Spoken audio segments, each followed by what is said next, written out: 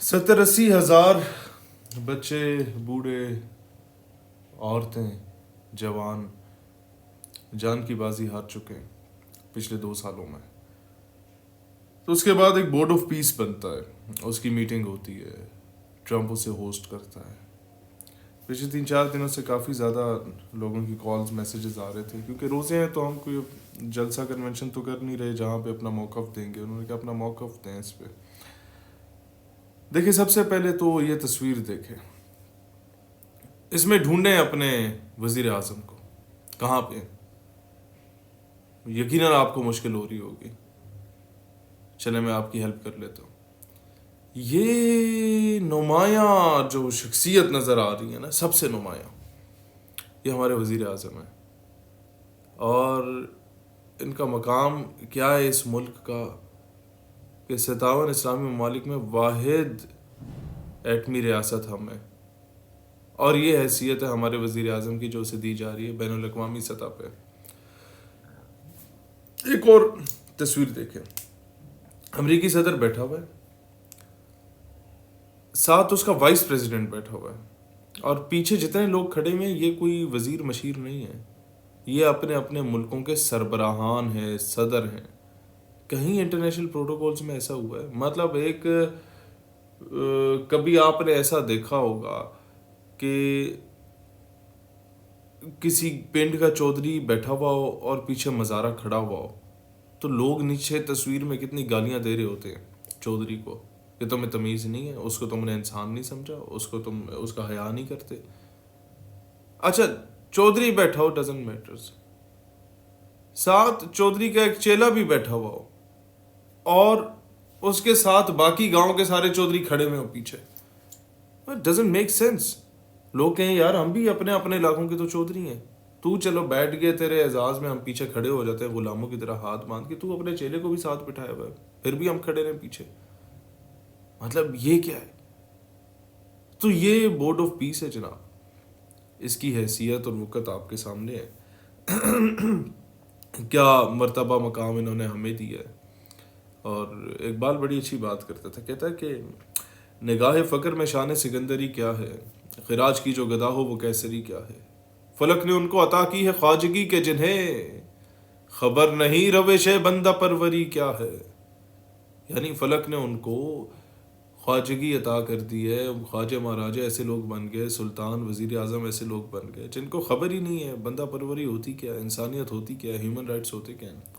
فلک نے ان کو عطا کی ہے خواجگی کے جنہیں خبر نہیں روش بندہ پروری کیا ہے. اور بتوں سے تجھ کو امیدی خدا سے نو امیدی، مجھے بتا تو صحیح اور کافری کیا ہے. بتوں سے تجھ کو امیدی، ٹرمپ سے تجھے امید ہے غزہ میں امن کرائے گا.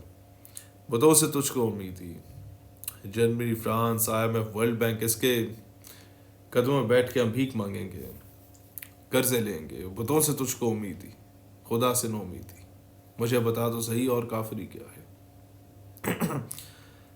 اقبال نے پھر ایک اور جملہ لکھا تھا کہ گوادی جو اسلاف سے میراث پائی تھی، سریا سے زمیں پہ آسمان نے ہم کو دے مارا.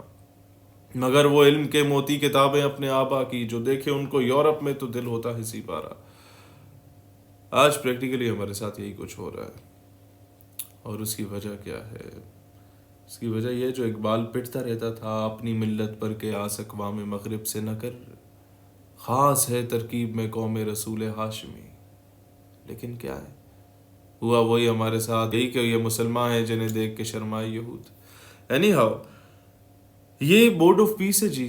اور میرا تو بڑا ڈیپ کنسرن یہ ہے کہ اسلامک ملٹری الائنس بنا، اور بعد میں پتہ چلا، ہم بڑے خوش ہوئے کہ شاید یہ مظلوموں کے لیے بنا، بعد میں پتہ چلا ایک بادشاہ کی بادشاہت کو بچانے کے لیے بنا.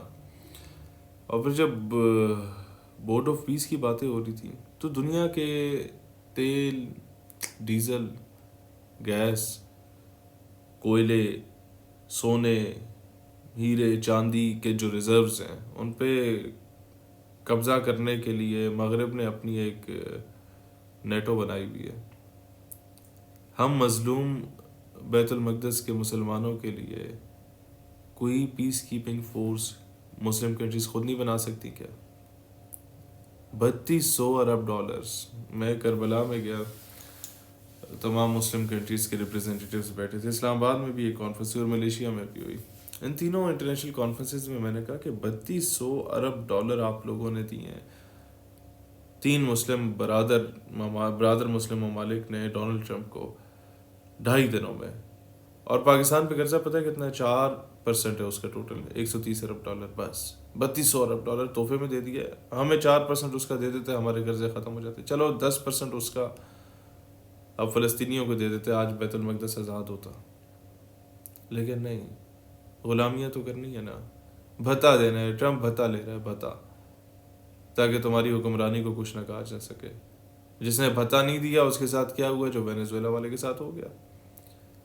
تو یا تو ساری زندگی آپ لوگ بھتے دیتے رہو, ٹھیک ہے, کبھی اپنے اڈوں کی صورت میں ہم بھی دیتے رہے, کبھی اپنے آئل اینڈ گیس کی صورت میں, کبھی پیسے کی صورت میں, ڈالر کی صورت میں, یا پھر ایک بار ڈٹ کے کھڑے ہو جاؤ کہ نہیں بھائی نہیں, اب یہاں کا جے کن شکری کا اور کوئی نہیں ہوگا, یہاں کسی اور کی بدماشی نہیں چلے گی.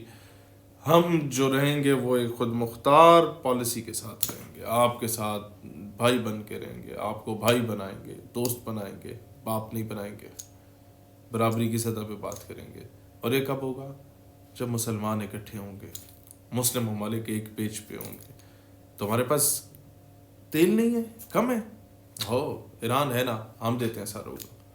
تمہارے پاس پیسہ نہیں ہے, کس کس کے پاس نہیں ہے؟ پاکستان کے پاس نہیں ہے, ایران کے پاس نہیں ہے, افغانستان کے پاس نہیں ہے, 2-4 اور غریب ملک ہیں, اوکے, ہم دیں گے. سعودیہ والے, قطر والے, یو اے والے, اور تمہیں کیا چاہیے؟